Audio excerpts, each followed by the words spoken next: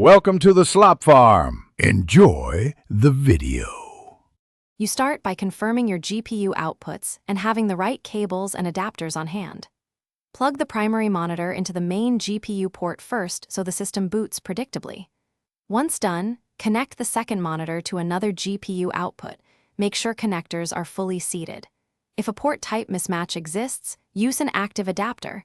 Passive adapters only work in certain cases.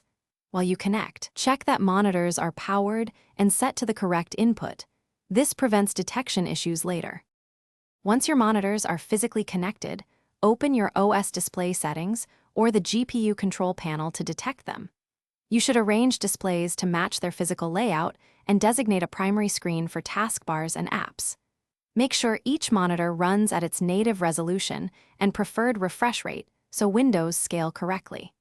If you have multiple GPUs or an integrated GPU plus discrete card, ensure outputs are enabled in BIOS or GPU software.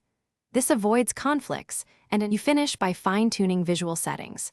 Calibrate color, adjust scaling, and save a layout profile so you can restore it later.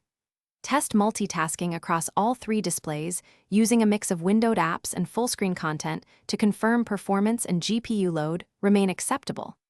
If a monitor fails to appear, reseat the cable and try another port or adapter.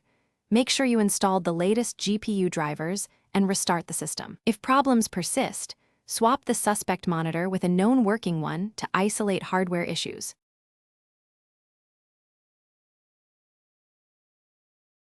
Thanks for watching. Consider subscribing if we helped you today.